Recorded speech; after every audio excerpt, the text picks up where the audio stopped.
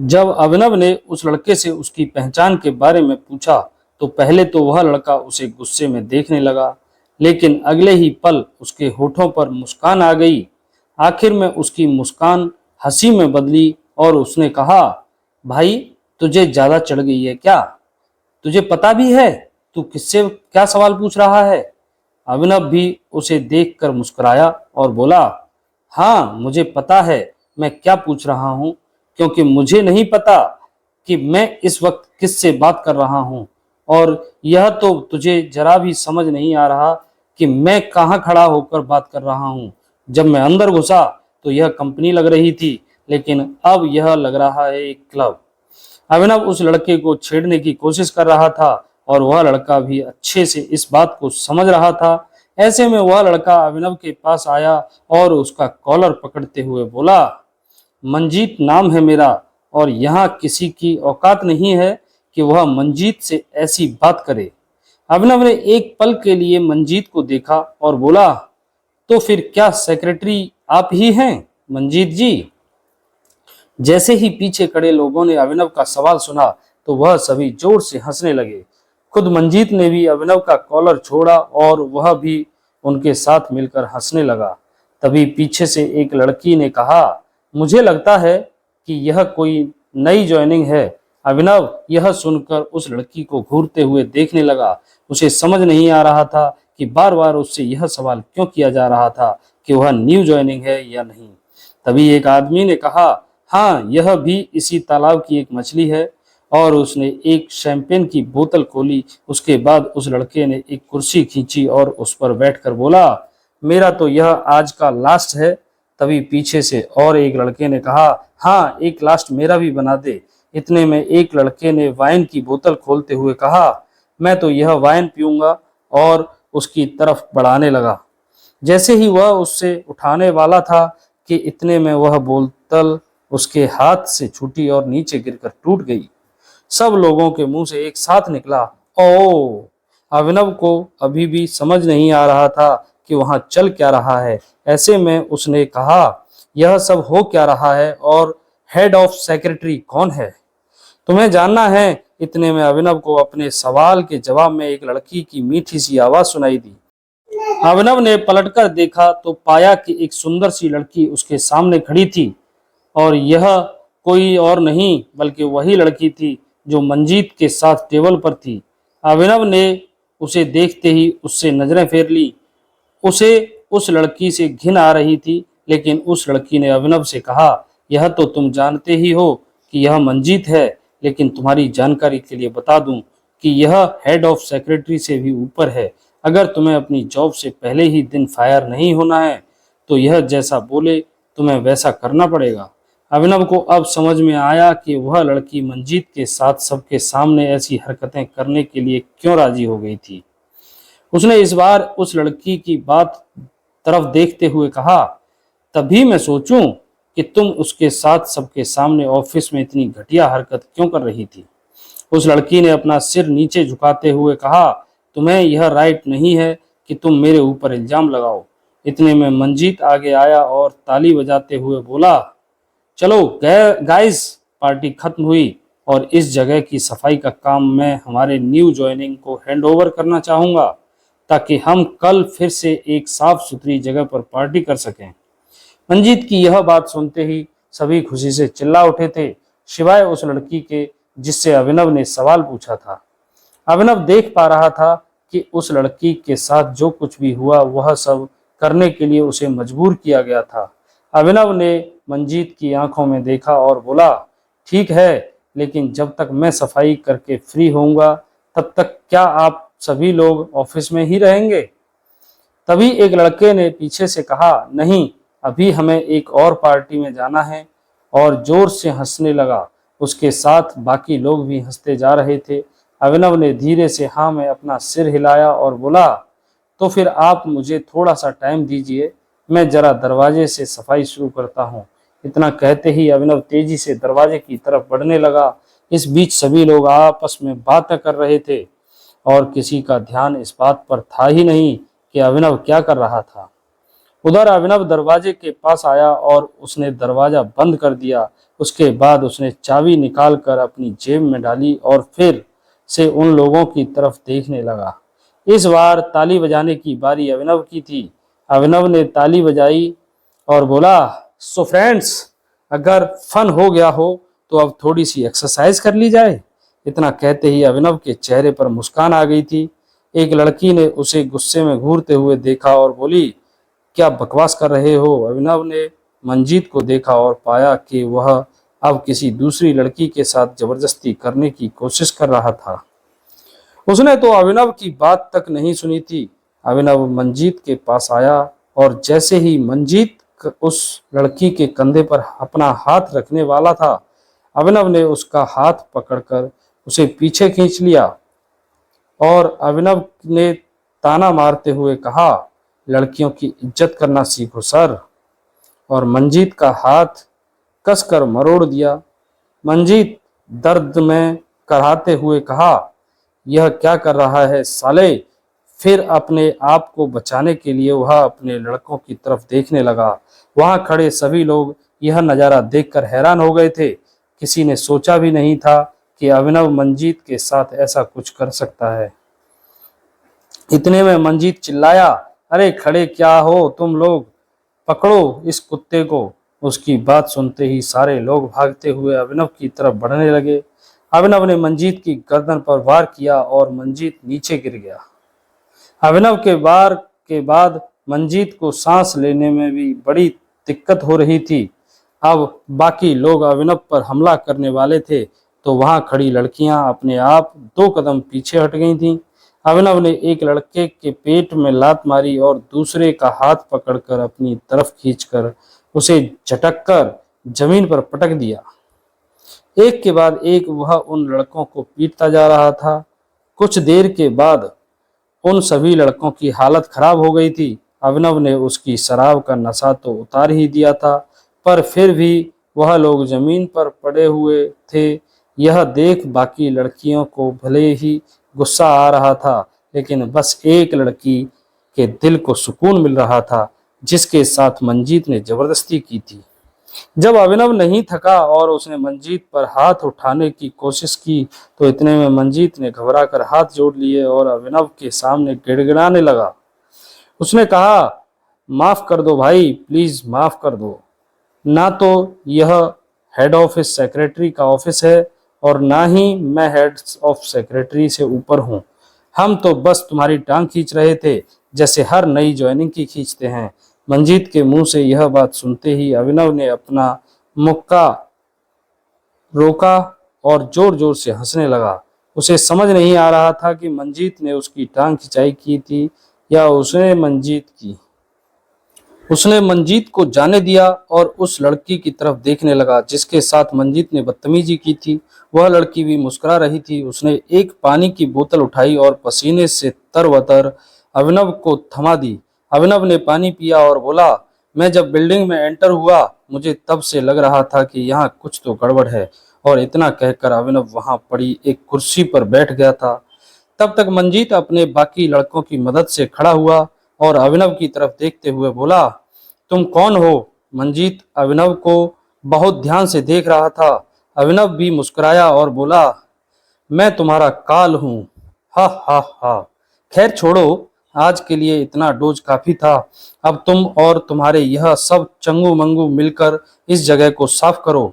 मुझे head of secretary से मिलने जाना है। अभिनव की यह बात सुनते ही लड़के बदल गए। अभिनव उनके चेहरे पर चिढ़ साफ देख पा रहा था। ऐसे में उसने कहा, क्या हुआ, तुम्हें यह सब साफ नहीं करना है क्या? और इतने में मंजीत ने कहा, करना है ना। किसने कहा नहीं करना है? बिल्कुल करना है। अगर आपको और कुछ करवाना हो तो हमें वह भी बता दीजिए। अभिनव ने मंजीत को देखा और एक गहरी सांस लेते हुए बोला, इस हॉल में जो कुछ हुआ वह इस हॉल तक ही रहना चाहिए, वरना किसी को बताने की जरूरत नहीं है।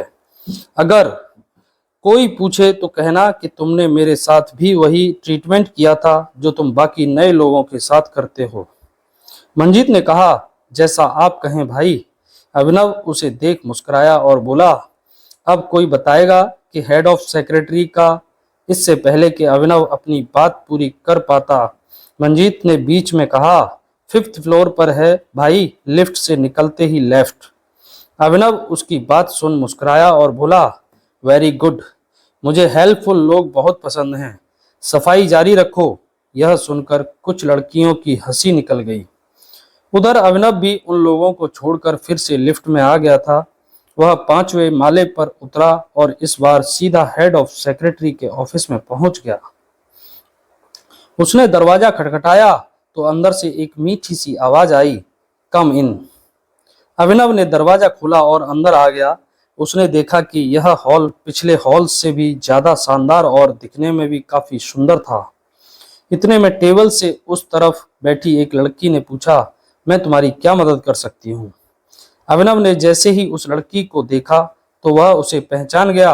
वह लड़की और कोई नहीं बल्कि उसकी सेक्रेटरी रानी थी। यह वही लड़की थी जो उस दिन होटल में दिग्पाल से मिली थी। अभिनव एक कदम उसकी तरफ बढ़ा और बोला, जी मैं अभिनव शर्मा, मैं अकरम सर की कंपनी से यहाँ ट्रांसफ़र होकर आया हूँ। मुझे यहाँ सेक्रेटरी की पोजीशन ऑफर हुई है। रानी ने हाँ में सिर हिलाया और फिर अपनी टेबल पर रखा फ़ोन उठाकर किसी को फ़ोन मिलाते हुए बोली, hello Jaspreet, come to my cabin. इतना कहते ही रानी ने फ़ोन रखा और अभिनव को देखते हुए बोली, जसप्रीत तुम्हें तुम्हारे काम के बारे में भी समझा देगा और तुम्हें तुम्हारी कंपनी के ऑफिस ले जाएगा। अभिनव ने तुरंत कहा, लेकिन मैं तो यहाँ इस कंपनी में सेक्रेटरी की पोस्ट पर काम करने आया हूँ, फिर वह मुझे कहीं और क्यों ले जाएगा? उसे समझ नहीं आ रहा था कि उसे डेस्क पर क्यों भेजा जा रहा था। इतने में रानी ने कहा, हाँ मैं जानती हूँ, लेकिन अभी कंपनी के पास काम कम है और सेक्रेटरी ज़्यादा हैं, इसलिए मैं तुम्हें सेक्रेटरी तो नहीं रख सकती, पर हाँ हमारी ही एक सिस्टर कंपनी है, उसमें एक मैनेजर की ज़रूरत है, तो वहाँ पोस्ट हो सकते हो। रानी की बात सुनकर अभिनव हैरानी से उसे देख रहा था। उसे समझ ही नहीं आ रहा था कि उसकी अपनी कंपनी में यह सब चल क्या रहा था। अकरम ने उसे यहाँ सेक्रेटरी बनाकर ही इसलिए भेजा था ताकि वह रानी पर नजर रख सके। अब रानी ने उसे किसी दूसरी कंपनी में ट्रांसफर करके सारा खेल बिगाड़ दिया। अभिनव हैरान था। उधर जब अभिनव हैरान था तब इधर दिग्पाल भी अपने होटल के पर्सनल रूम में बैठा हुआ था। उसके सामने एक आदमी खड़ा था। दिग्पाल के हाथ में कुछ स्क्रैचेस थे जिन्हें वह बहुत ध्यान से देख रहा था। वह उन स्क्रैचेस को जितना ध्यान से देख रहा था उतना ही उसका गुस्सा बढ़ता जा रहा था। आखिर में दिग्पाल ने वह पेपर जोर से अपने सामने खड़े आदमी के मुंह पर मारा और चिल्लाते हुए बोला, मैंने कहा था मुझे फोटोग्राफ चाहिए। सर हम लोगों ने बहुत कोशिश की लेकिन पूरे गुड़गांव में किसी को नहीं पता टाइगर दिखता कैसा है। तो गधे, मैं इन स्क्रैचेस से क्या पता करूं? इन्हें यहाँ लाने से पहले एक बार तुमने खुद इन्हें देखा? इनमें से एक स्क्रैच में चेहरा कुछ और है और दूसरे में कुछ और। कौन बेवकूफ मानेगा कि यह एक ही आदमी के स्क्रैचेस हैं? दिग्पाल का पारा हाई हो गया था। उस आदमी ने अपना सर झुकाकर कहा, सॉरी सर। इससे पहले कि दिग्पाल उसकी बात का कोई जवाब देता, उसके कमरे का दरवाजा खुला। सामने ईशांत खड़ा था। ईशांत वही लड़का था जिससे ने अनन्या को छेड़ने की कोशिश की थी और बाद में अभिनव से मार खाई थी। उसके हाथ में एक फोटोग्राफ था। ईशांत ने वह फोटो तुरंत दिग्पाल को थमा दिया था। जैसे ही दिग्पाल ने उस तस्वीर को देखा उसकी आंखें फटी की फटी रह गई थीं। उसने अपना चश्मा उतार दिया था। दिग्पाल ने पहले घूरकर अभिनव की उस फोटो को देखा और फिर अपनी नज़र ऊपर करके ईशांत को घूरना शुरू कर दिया। इस फोटो में इसका पूरा चेहरा क्यों नहीं दिख रहा ईशांत? दिग्पाल की आवाज कांप रही थी। भले ही अभिनव का चेहरा अंधेरे की वजह से पूरा नहीं दिख रहा था, लेकिन गाड़ी के हेड लैंप की लाल लाइट उसकी साइड प्रोफाइल से टकराकर उसके गुस्से को दर्शाने के लिए काफी थी। सर वह रात का टाइम था ना, इसलिए ईशांत की बेबुनियाद सफाई सुनते ही दिग्पाल के तेवर और भी भड़क गए। तो साले तेरे मोबाइल में टॉर्च नहीं है या उससे जाकर दिन में नहीं मिल सकता था तू, गधा? दिग्पाल का गुस्सा पूरे कमरे में गूंज उठा। इसके साथ ही सामने खड़ा ईशांत कांपते हुए गिड़गिड़ाने लगा, सॉरी सर, अगली बार ऐसा नहीं होगा। Shut up and get out, जब तक मैं ना बुलाऊं अंदर मत आना। सर झुकाकर ईशान तुरंत ही होटल के उस कमरे से बाहर निकल आया। इसी वक्त दिग्पाल ने भी अपना पसीना पोंछते हुए सिगार जलाई, मतलब वह सच में आ गया है टाइगर। दूसरी तरफ इसी टाइगर यानी अभिनव का चेहरा लटका हुआ था, क्योंकि उसे अपनी मनचाही नौकरी नहीं मिल रही थी। और अभिनव ने पूछा, क्या प्रोटोन में ही कोई और पोजीशन खाली नहीं है मैम? सॉरी मिस्टर शर्मा, लेकिन आपकी स्किल सेट के लिए फिलहाल प्रोटोन में कोई पोजीशन खाली नहीं है। आपके पास अभी सिर्फ इमेजिंग सिक्योरिटी का ही ऑप्शन है। अदरवाइज आप घर जा सकते हैं, क्योंकि ऑलरेडी लाइन में काफ़ी लोग लगे हुए हैं। रानी की बातों से अभिनव अंदर ही अंदर काफ़ी गुस्सा हुए जा रहा था। एक पल के लिए तो उसने सोचा कि वह अपनी टाइगर वाली आइडेंटिटी दिखाकर तुरंत ही रानी को कंपनी से फायर कर दे, लेकिन फिलहाल समय ठंडे दिमाग से काम लेने का था। इसी ठंडे दिमाग से अभिनव ने सोचा कि रानी पर नज़र दूसरी कंपनी से भी रखी जा सकती थी, लेकिन अगर उसे फिलहाल कोई जॉब नहीं मिलती तो कुछ हो भी नहीं सकता। ठीक है, I am accept the offer. अच्छा, वैसे भी मैनेजर की पोजीशन तो काफ़ी अच्छी होती है, रानी ने मुस्कुराते हुए कहा, और जसप्रीत को उसे ले जाने का इशारा किया। अपनी नई कंपनी यानी इमेजिंग सिक्योरिटीज पहुंचते ही अभिनव को पता चला कि वह असल में काफ़ी छोटी कंपनी थी। उसे फिर इस बात का भी एहसास हुआ कि रानी ने उसे सीधा मैनेजर की पोस्ट इसलिए दे दी थी क्योंकि छोटी मोटी कंपनी का मैनेजर होना कोई बड़ी बात नहीं थी। जसप्रीत ने इमेजिंग सिक्योरिटी के सारे एम्प्लॉयज़ को एक साथ इकट्ठा करते हुए कहा, लिसन एवरीवन, मिस्टर अभिनव शर्मा ने यह कंपनी ज्वाइन कर ली है और यही तुम्हारे नए मैनेजर हैं। जैसा कि मैं हर बार कहता हूँ, बिजनेस से रिलेटेड सारी चीज़ इन्हें ही रिपोर्ट करना, गॉट इट? जिनकी तादाद मुश्किल से 50 भी नहीं थी। यस सर, सभी एम्प्लॉय की आवाज़ गूंज उठी। अभिनव को भी महसूस हुआ कि अब उसे कुछ कहना चाहिए था। Hello everyone, thank you for welcoming मी। मैं प्रॉमिस करता हूँ एक साथ मिलकर हम इस कंपनी को इंडस्ट्री में सबसे टॉप पर लेकर जाएंगे। अभिनव ने जिस कॉन्फिडेंस से यह बात कही, उससे पूरे ऑफिस में तालियां गूंज उठी थीं। हालांकि इस तरह का मोटिवेशन हर नए मैनेजर देकर जाता था, लेकिन कंपनी के स्टाफ को आज तक किसी में भी अभिनव जैसा जुनून महसूस नहीं हुआ था। वेरी नाइस, इसी तरह काम करो। कोई प्लीज मिस्टर शर्मा को उनके कैबिन तक ले जाएगा? तो मिस्टर शर्मा, मैं अब प्रोटोन के लिए वापस निकलता हूँ। Nice to meet you. Jaspreet हाथ मिलाकर वहां से चला गया। अभिनव उसे जाते देख ही रहा था कि उसे पीछे से एक प्रोफेशनल लेकिन मीठी आवाज सुनाई दी, सर, क्या अब हम मैनेजर के कैबिन चलें? अभिनव ने पलटकर देखा तो पीछे एक छोटे कद की जवान लड़की पैंट शर्ट पहने खड़ी थी। उसके आईडी कार्ड पर नाम लतिका था। हाँ चलो, लतिका को फॉलो करते हुए अभिनव अपने कैबिन की ओर चला गया। वहीं सभी एम्प्लॉय अपनी डेस्क पर वापस बैठ गए। नए मैनेजर के आने से सभी के चेहरे पर थोड़ी चमक थी, सिवाय कुछ लोगों के। अपने कैबिन में पहुंचते ही अभिनव ने देखा कि वह काफी छोटा था और उसमें आधी जगह तो उसकी डेस्क ने ही ले रखी थी। अपनी चेयर पर बैठते ही उसका फोन बजने लगा। स्क्रीन पर नाम था अलायना। ठीक है लतिका, तुम अब जा सकती हो। Thank you. लतिका के जाते ही अभिनव ने फोन उठा लिया। हेलो नंदिता। कॉल की दूसरी साइड अलायना हंस रही थी। तुम्हारे मुंह से अपना पुराना नाम सुनकर मुझे पता नहीं क्यों काफी अच्छा फील होता है। एनीवेज, आज शाम फ्री हो? कुछ डिस्कस करना था।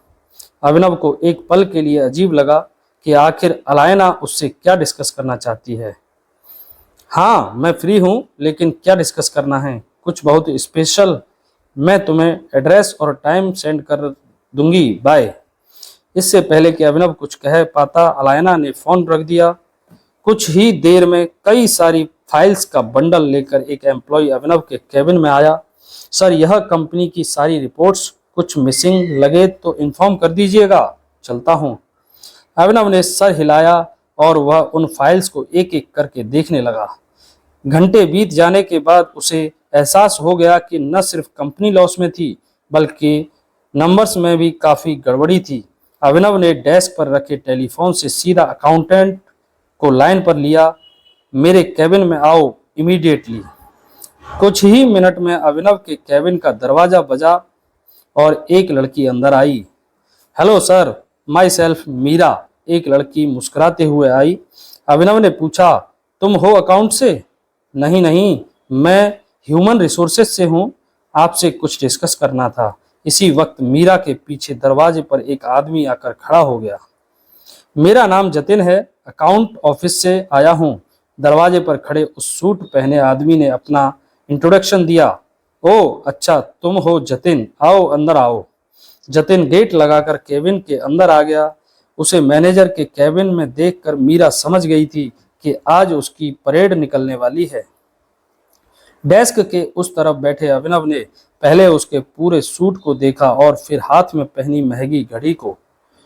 नाइस वॉच, पर यह टाइम नहीं दिखाती क्या? सॉरी सर, मैं कुछ समझा नहीं। जतिन काफी कंफ्यूज हो चुका था।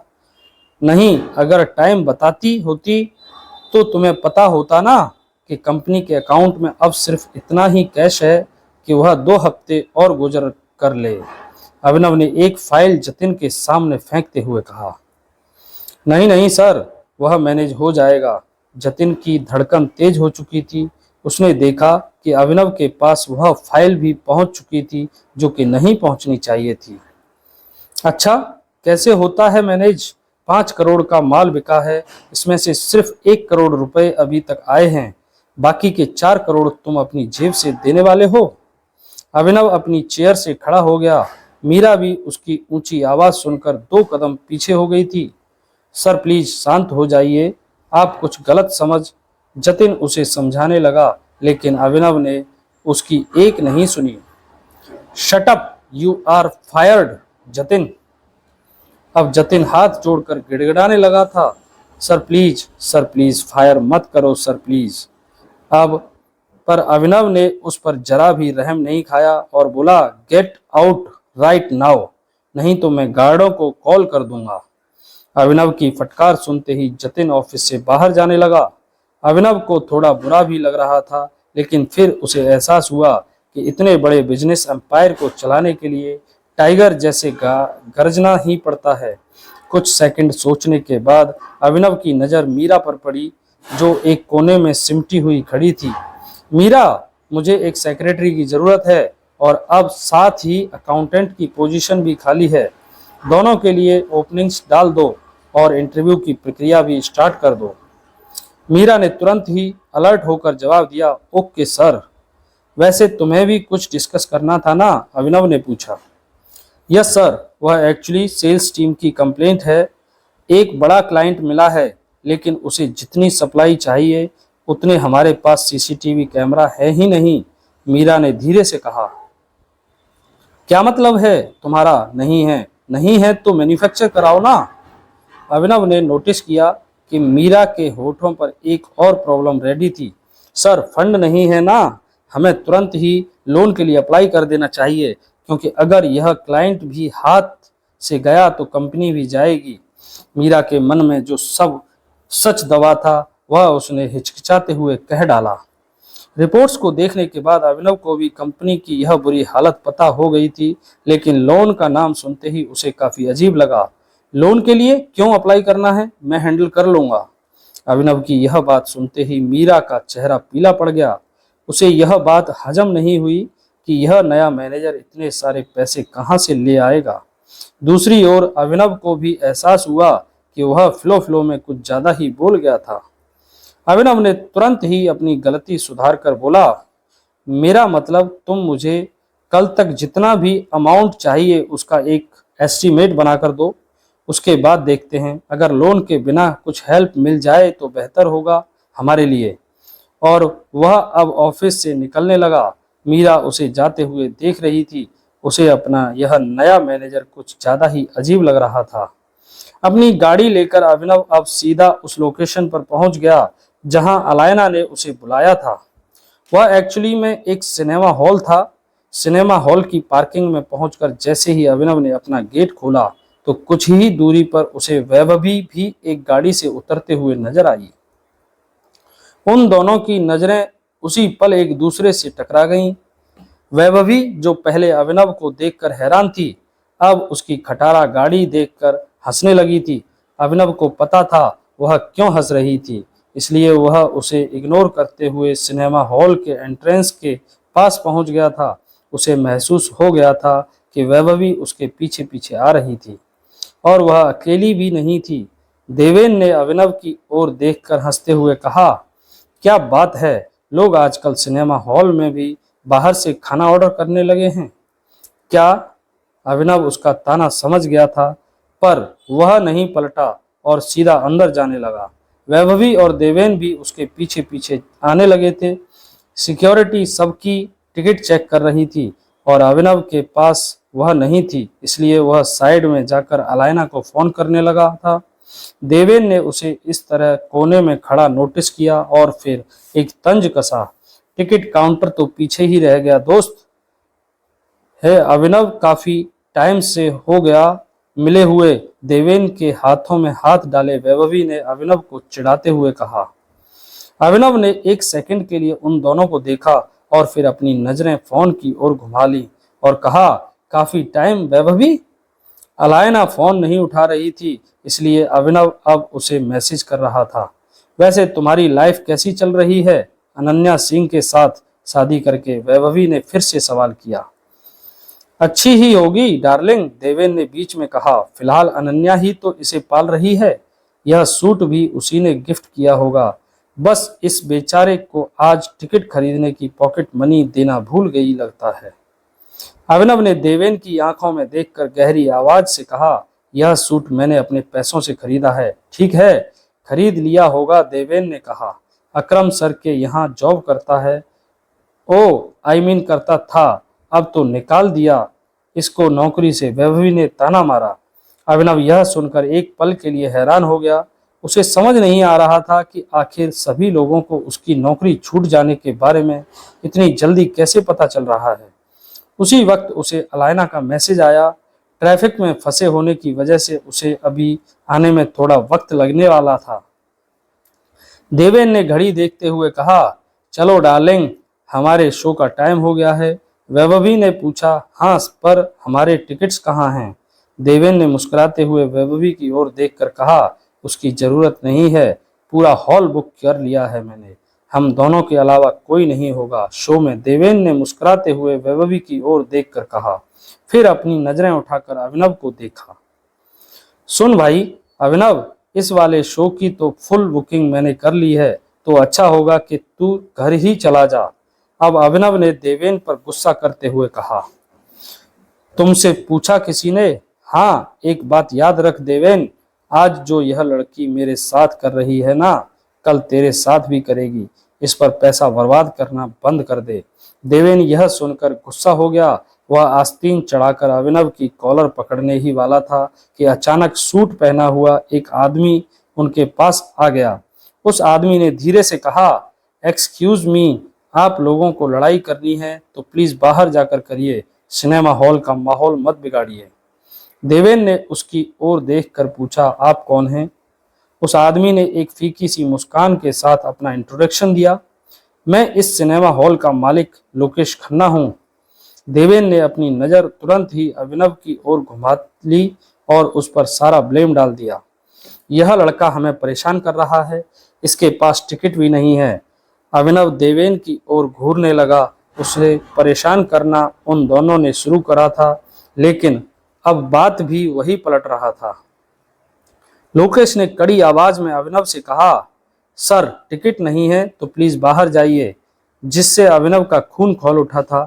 देवेन की कंप्लेंट सुनकर सिनेमा हॉल के मालिक लोकेश ने अभिनव को ऊंची आवाज में वहां से निकल जाने को कहा दिया। गुस्से में अभिनव ने भी अपनी मुट्ठी कस ली थी। सबसे पहली बात तो यह कि मैं इन्हें परेशान नहीं कर रहा हूँ, यह मुझे परेशान कर रहे थे। दूसरा, मैं बिना टिकट नहीं घुस रहा हूँ, किसी का वेट कर रहा हूँ। यहाँ अभिनव ने देवेन की ओर घूरते हुए कहा। इससे पहले कि लोकेश कुछ बोल पाता, वैभवी बीच में बोल पड़ी, तो वेट बाहर जाकर भी हो सकता है ना मिस्टर अभिनव गढ़वाल। एक्सीलेंट। यहाँ अंदर तो ऐसे खड़ा है जैसे इसके बाप का सिनेमा हॉल हो, ऊपर से बदतमीजी अलग कर रहा है। देवेन ने वैभवी की बात में बात मिलाई। अभिनव ने गुस्से से देवेन के कॉलर पकड़ ली और बोला, साले बाप पर मत जा। देवेन भी गुस्से में आकर उसका गला पकड़ने ही वाला था कि अचानक लोकेश ने उसे पीछे धक्का देकर अलग कर दिया। सर, यह क्या कर रहे हैं आप? देवेन ने अपने आप को संभालते हुए कहा। मेरे सिनेमा हॉल के आगे लड़ाई नहीं। देवेन को इतना कहकर लोकेश अभिनव की ओर पलट गया। आप ही हैं अभिनव गढ़वाल? अभिनव ने कॉन्फिडेंस से कहा, जी मैं ही हूं अभिनव गढ़वाल। यह क्या चल रहा है? मैंने पूरा थिएटर बुक किया है इस शो के लिए, और यहाँ आकर ऐसा ट्रीटमेंट। देवेन लोकेश के ऊपर चढ़ उठा। अब लोकेश ने भौहें नीची करते हुए कहा, एक सेकंड, कौन सा थिएटर? आज तो हमने किसी बाहर के कस्टमर के लिए पूरा थिएटर बुक किया ही नहीं है। अरे अभी शाम को ही मैंने बुक किया है। ऐसे कैसे? सर, आज यह थिएटर किसी और के लिए ऑलरेडी बुक्ड है। आपसे गलती से बुक हो गया होगा। डोंट वरी, बुकिंग कैंसिल हो जाएगी, और अगर आपका पेमेंट डिडक्ट हुआ होगा तो 1 वीक में रिफंड आ जाएगा कंपनसेशन के साथ, ठीक है? लोकेश ने उसे दिलासा देकर अपना चेहरा फिर से अभिनव की ओर घुमा लिया। पीछे रिफंड और कंपनसेशन की बात सुनकर देवेन के ईगो को ठेस पहुंच गई। जिसके लिए बुक है, हाँ मैं उसके डबल पैसे दे दूंगा, पर बुकिंग मेरी ही होगी। देवेन को ऐसे चिल्लाते देखकर लोकेश एक पल के लिए फिर से पलटकर उसे देखने लगा। जरूरत नहीं है, किसी और डेट को आ जाइए। उसने अपना चेहरा फिर से अभिनव की ओर घुमा लिया। यह आपने ठीक नहीं किया। मैं तुम्हें कोर्ट में देख लूंगा। बहुत बड़ा केस लगाऊंगा तुम्हारे इस सिनेमा हॉल पर। देवेन गुस्से से बड़बड़ा रहा था। जब लोकेश से सहा नहीं गया तो उसने कहा, चल निकल यहाँ से, वरना यहीं तेरे पिक्चर बना दूंगा। निकल। यह बात सुनकर देवेन घबरा गया। इधर लोकेश ने अभिनव से पूछा, मिस्टर अभिनव गढ़वाल, तुम मेरा मतलब आप नंदिता का वेट कर रहे हैं? लोकेश ने धीरे से पूछा। अभिनव भी उसके मुंह से नंदिता का नाम सुनकर थोड़ा हैरान हो गया था। हाँ, पर आपको कैसे पता? अभिनव के सवाल का जवाब लोकेश ने सिर्फ एक मुस्कान के साथ दिया। सर प्लीज मेरे साथ चलिए। अभिनव थोड़ा कंफ्यूज होकर लोकेश के साथ अंदर जाने लगा। देवेन उन दोनों को साथ जाते हुए देखता रह गया था।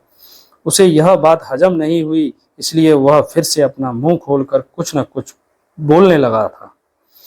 अरे इस जानवर को कहाँ ले जा रहे हो तुम? डिलीवरी वाला है यह, पहले इसकी औकात तो पता कर लो। भड़कते हुए देवेन को वैभवी शांत करे जा रही थी। हालांकि उसे खुद भी इस बात से बहुत तकलीफ हो रही थी कि अभिनव को वह इंसान किसी राजा जैसे ट्रीट क्यों कर रहा था।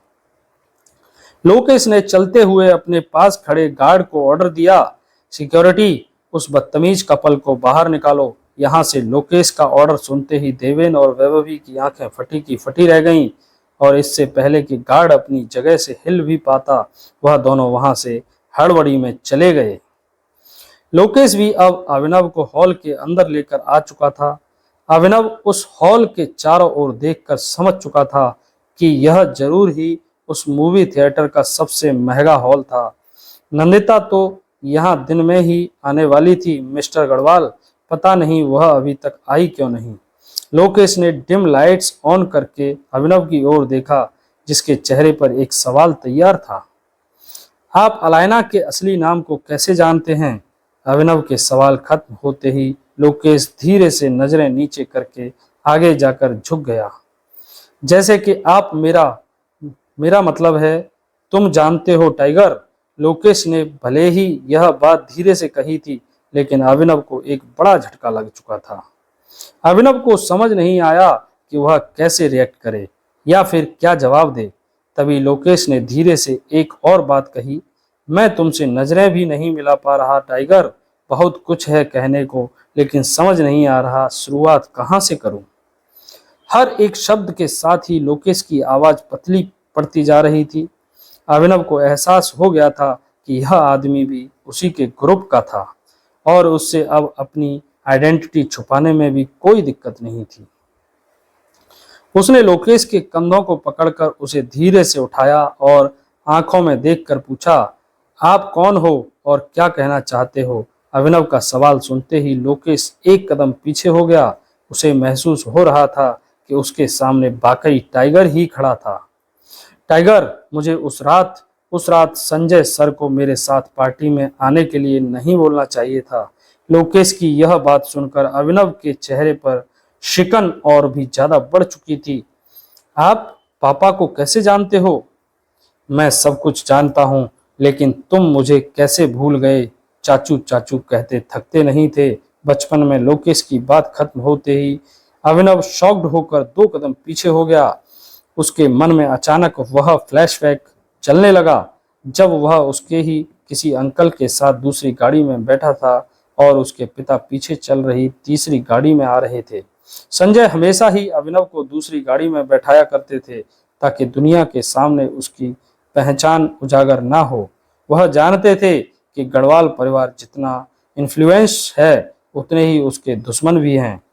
वह पहले ही इन्हीं दुश्मनों की वजह से अपनी बीवी यानी अभिनव की मां को खो चुका था, इसलिए उसे किसी भी हालत में अभिनव को बचाते हुए ही चलना था। अगर मैं जिद पर ना अड़ता तो वह एक्सीडेंट भी नहीं होता। सामने खड़े लोकेश की आंखों में नमी आ गई थी।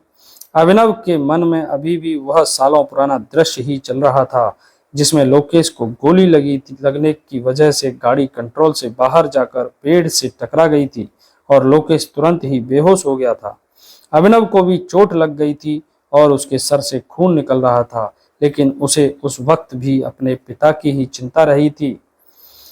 अब कुछ याद आया टाइगर? लोकेश ने अपने आंसू पोंछते हुए पूछा और इसी वक्त पुराने हादसे की सोच में खोया हुआ अभिनव भी अपने होश में वापस आया।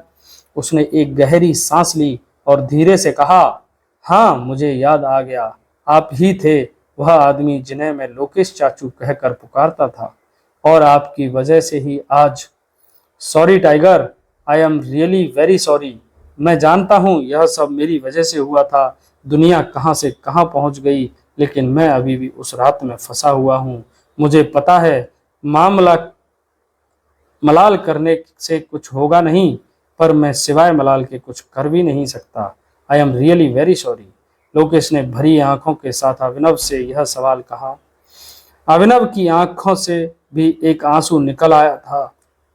उसे नहीं पता था कि उन दिनों क्या हुआ था और उसके पिता उसके इतनी कठोरता से पेश क्यों आते थे, लेकिन अब उसे समझ आने लगा था कि उसके पिता जिस पर पूरे ग्रुप की जिम्मेदारी थी, इसलिए वह हर वक्त प्रेशर में ही रहते थे। हालांकि उनके पास काम के लिए अभिनव कभी उनकी तारीफ भी नहीं कर पाया था और यही बात उसे आज चुभ रही थी। आपने इतने सालों में मुझे एक भी बार ढूंढने की कोशिश क्यों नहीं की? अभिनव ने अपने आप को संभालते हुए पूछा। लोकेश ने कहा, इतने सालों में मैंने तुम्हें ढूंढने के लिए दिन रात एक कर डाली थी टाइगर, लेकिन जब कुछ ना हाथ लगा तो ऐसा लगने लगा कि तुम्हारा भी एक्सीडेंट के बाद उस गाड़ी के ब्लास्ट में ही मौत हो गई थी। अभिनव ने पलटकर धीरे से कहा, काश हो जाती। उसके शब्द सुनकर लोकेश फिर से उसके सामने आकर झुक गया। ऐसा मत कहो टाइगर, तुम्हें जो सजा देनी है मैं तैयार हूँ। बस अपने आप को अकेला महसूस मत करो। तुम्हारा यह अंकल आज भी तुम्हारे लिए कुछ भी करने को तैयार है। अभिनव ने लोकेश को झुकता देख फिर से उसे उठाया और उसके कंधे पर हाथ रखते हुए कहा, अगर कुछ भी करने के लिए तैयार है तो इस तरह झुकिए मत। आप मेरे लिए अंकल थे और आज भी हो। अभिनव को इस जवाब में लोकेश ने सिर्फ एक स्माइल दी। उसे महसूस हो गया था कि टाइगर ने उसे माफ कर दिया है। अब मुझे यह भी समझ आ गया है कि नंदिता ने यहीं पर मिलने के लिए क्यों बुलाया था। अभिनव ने भी फीकी मुस्कान लाकर कहा, जिस पर लोकेश मुस्कुरा कर बोल पड़ा, तुम दोनों बचपन में एक दूसरे के बिना सांस भी नहीं लेते थे। इतने सालों बाद आज अचानक उसने मुझे फोन करके बोला कि टाइगर आ गया है, थिएटर खाली रखना। मैं भी 1 मिनट के लिए शॉक हो गया था। अभिनव लोकेश की सारी बातों में हामी ही भरते जा रहा था। वह बस अब यह चाहता था कि अलायना जल्द से जल्द वहां आ जाए। काफ़ी अच्छा मूवी थिएटर खड़ा कर लिया है अंकल।